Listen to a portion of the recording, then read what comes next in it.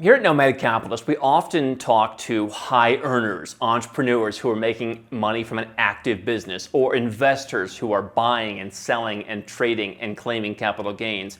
But what if you've already sold your business? What if you already have your money and you don't have a lot of income from that money? That's a question that I got.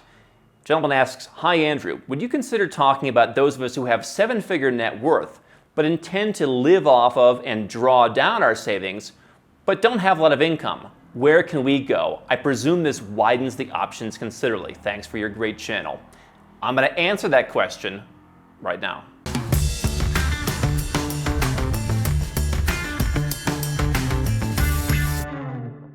Hi, I'm Andrew Henderson here at Nomad Capitalist. Our team of 36 people, our network of global experts curated over the years, and yours truly helps 7- and 8-figure entrepreneurs and investors legally go where you're treated best. You can learn more at nomadcapitalist.com. Now, let's talk about this idea of I have a high net worth or a relatively high net worth. I don't have a lot of income. Now, the first thing I would do is I would challenge in the world today as a nomad capitalist, there are so many places where you can go and generate income with that money that I would not simply assume that you're going to keep your $3, $5, $8 million in the bank and not generating anything. I think you can find not only wealth havens where you're going to receive stable returns, but also up-and-coming jurisdictions where you can make pretty decent money on that.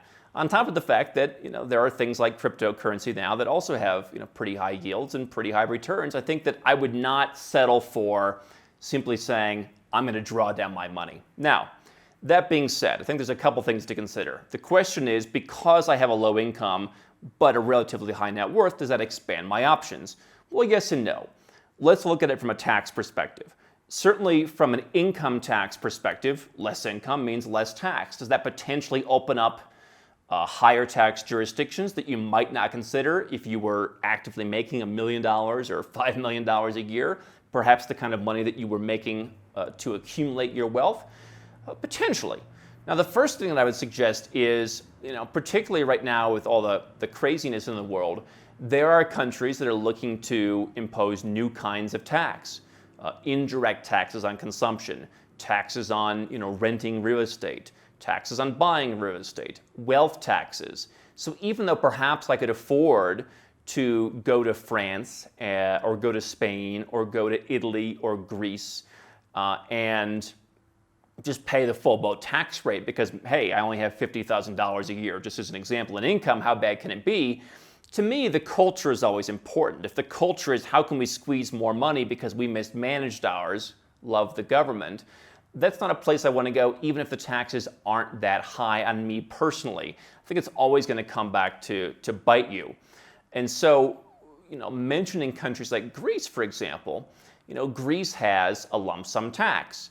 Other places like Jersey, like Gibraltar, Switzerland have lump sum taxes. So in that regard, I think that you're going to be eliminating certain options because, are you going to be able to move to Switzerland if you're not agreeing to pay their lump sum tax? Are you going to be able to move to Jersey if you're not going to pay their close to $200,000 a year tax? I mean, it depends on where you're from in some of these cases. But, if I have $50,000 a year in income and I want to live in a sophisticated, place that's quaint and small and has that British feel to it, I'm probably not going to pay $200,000 a year in flat tax or close to it to live on the island of Jersey. If I'm making $5 million a year, I look at $200,000 as pretty small in terms of investing in a place that I want to have the lifestyle of. So I think in some way you are actually reducing your options. Now you're going to open up other options, and so the question is, how are you going to take this transition from earning money to just having wealth sitting in a pot, potentially, as you say, not drawing much income. And so I can tell you, having started businesses, having sold businesses, the last business I sold was in the early days of Nomad Capitalist in the US. And it's nice to get that check. You sit at the closing table, there's the check. Okay, that feels nice. You've accomplished something. But I can tell you, as I was writing the early blogs of Nomad Capitalist, I had such a spring in my step the days after that. I was writing blogs. I was up at 6 in the morning. It felt great for a couple of weeks, and then I'm like, I don't have much of an income anymore, right?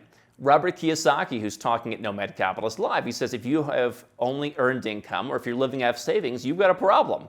And so I go back to the thing of creating a passive income.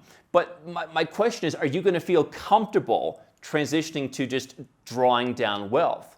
I think that's a human element that most accountants or attorneys wouldn't talk about, but I think it perhaps defines where you want to move, right? Dubai, for example, right? They've tried to create this Retire in Dubai program, but the question is Dubai more of a place in your mind where it's vibrant and you can go and make money and everyone's all excited to get ahead in the world and that's not going to be very conducive to retirement? Or are you also going to think it's too expensive to retire because you're going to feel every time you go and spend the money to eat at a nice restaurant there that you're really depleting your wealth? It's a little bit how I felt. I don't know how I'd feel now having greater wealth, but I was more cost conscious when I didn't have much income coming in. And so then that leads to the question of, are you able to adapt, again, on a human level, from I've been making whatever level of income that got me to this 7-figure net worth. Are you going to want to go and live in Nicaragua or any of the places that we talked about in our $1,000 a month, where to live for $1,000 a month video? There were some pretty off-the-wall suggestions in there. And so I enjoy living in gritty places.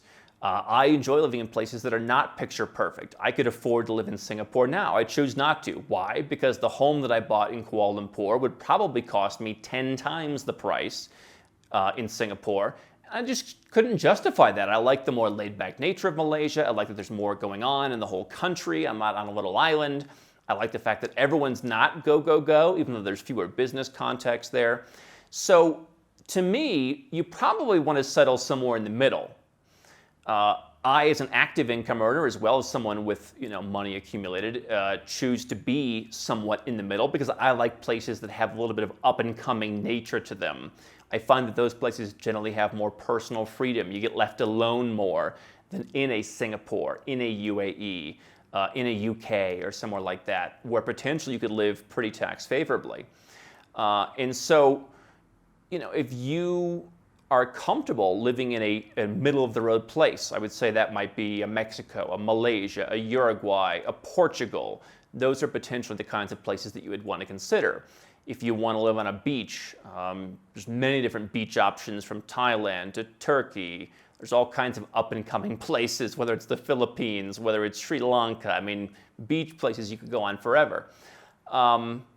But how low are you willing to go and what are you willing to adjust to? I think that someone who's used to living a 7-figure net worth lifestyle might not want to retire to Nicaragua. No, listen, everyone's different. I mean, San Juan del Sur, very small, peaceful beach community, but there are not a lot of 5-star hotels or Michelin star restaurants in Nicaragua. And so if you're looking for that kind of thing, you're not going to find it. You'd be better off in the countries that I mentioned that are middle of the road. And so to me, the options increase because you're able to pay some tax. But my concern is that, number one, which kind of country are you going to get into, right? If you're British, if you're American, or if you're St. Lucian or whatever, you can't just go and live in France, right? What are you doing to show you can live in France? There are many countries that allow you to show, hey, I have income from a pension, or I have some kind of income from dividends or whatever else, and you can go and get a residence permit.